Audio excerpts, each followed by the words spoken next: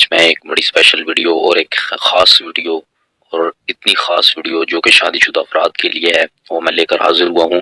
اس video میں نے آپ کو بتانا ہے کہ آپ 15 ایسے غلط کام ہے جو آپ مباشرت کے وقت عورت سے ہم بستری کے وقت کر بیٹھتے ہیں، جس سے آپ کی جوانی برباد ہو جاتی ہے، آپ جوانی میں ہی بوڑھے ہو جاتے ہیں، اور جب آپ کی عمر 30 سال تک پہنچتی ہے تو آپ کا عضو خاص جو ہے وہ بالکل ڈھیلا ہو جاتا ہے اور آپ بالکل جو ہے وہ اپنی عورت کے قابل نہیں رہتے۔ 15 ایسے کام آپ روزانہ کرتے ہیں، آپ جب بھی مباشرت کرتے ہیں آپ یہ 15 کام روزانہ کرتے ہیں، جس کی بنا پر آپ دن بہ دن کمزوری کا سامنا کر رہے ہیں۔ اگر آپ یہ 15 عادات چھوڑ دیں گے تو انشاءاللہ آپ کی جو طاقت ہے، آپ کی جو مردانگی ہے وہ 60 سال تک برقرار رہے گی اور آپ کو کچھ بھی نہیں ہونے والا اگر آپ ان 15 عادات کو ہمیشہ ہمیشہ کے لیے آج کے دن سے تہیا کر لیں اور چھوڑ دیں۔ ٹھیک ہے، ویڈیو شروع کرنے سے پہلے آپ سے ریکویسٹ کروں ضرور سبسکرائب کریں اور بیل کے آئیکن کو ضرور پریس کریں تاکہ کوئی بھی ویڈیو آپ دیسی ہیلتھ ٹپس کی جانب سے مس نہ کر سکیں۔ تو ویڈیو شروع کرتے ہیں۔ سب سے پہلی ہے کسی غیر طبی طریقے سے جمع کرنا اور منی نکلتے وقت اس کو روکنا سوزاک اور دوسرے پیشاب کی نالی کے امراض پیدا کرتا ہے۔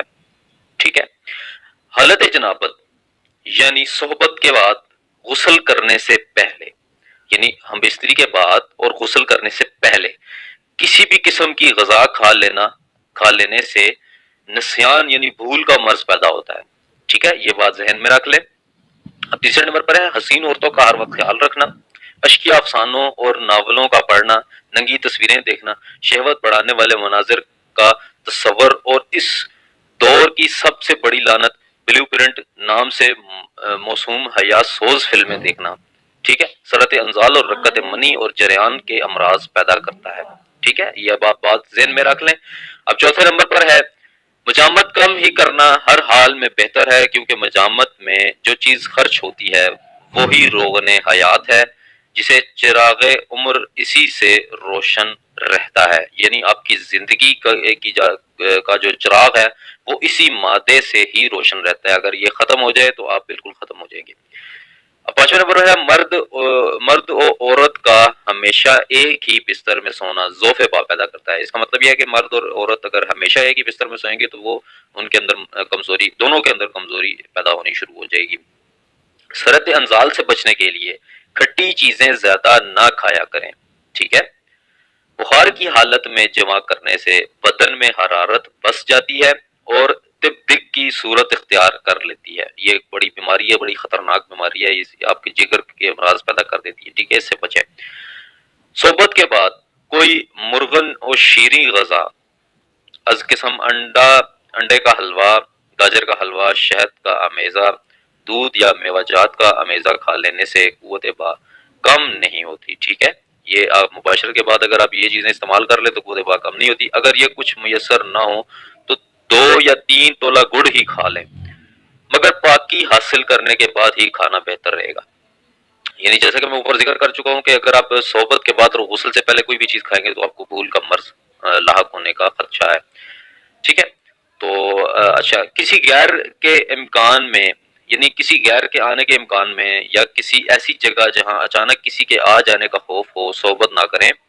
ایسی حالت میں لطف صحبت حاصل نہیں ہوتی اور کمزوری پیدا ہوتی ہے۔ یعنی کسی کے آنے کا اگر آپ کو ڈر ہو کہ یہاں پر اگر کوئی بندہ آ جائے گا یا اس روم میں کوئی آ جائے گا تو وہاں پر صحبت نہ کریں، اس سے کمزوری پیدا ہوتی ہے۔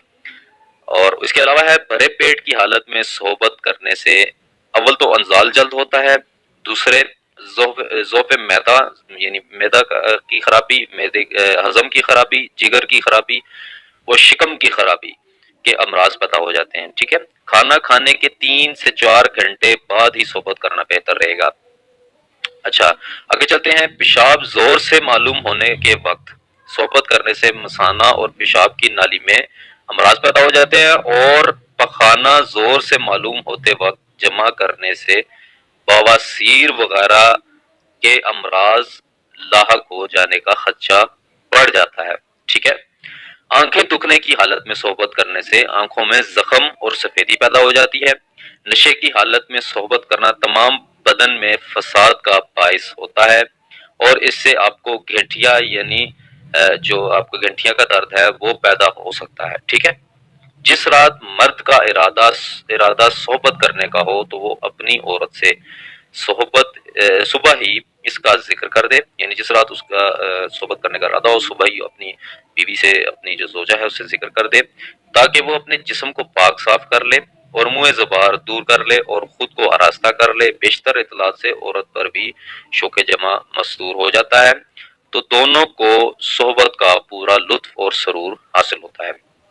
اگر جمع کے وقت پیشاب کا شدید تقاضا نہ ہو تو خواہ مخواہ پیشاب نہ کریں، ورنہ عضو کا انتشار اور خیزی جلد ختم ہو جائے گی۔ ٹھیک ہے، اگر عورت جمع سے قبل پیشاب کر لے، ٹھنڈے پانی سے استنجا کر لے اور پاک ہو جائے تو جلد شہوت ناک ہو جاتی ہے اور جلد ڈسچارج یعنی منزل بھی ہو جاتی ہے، جلد فارغ بھی ہو جاتی ہے۔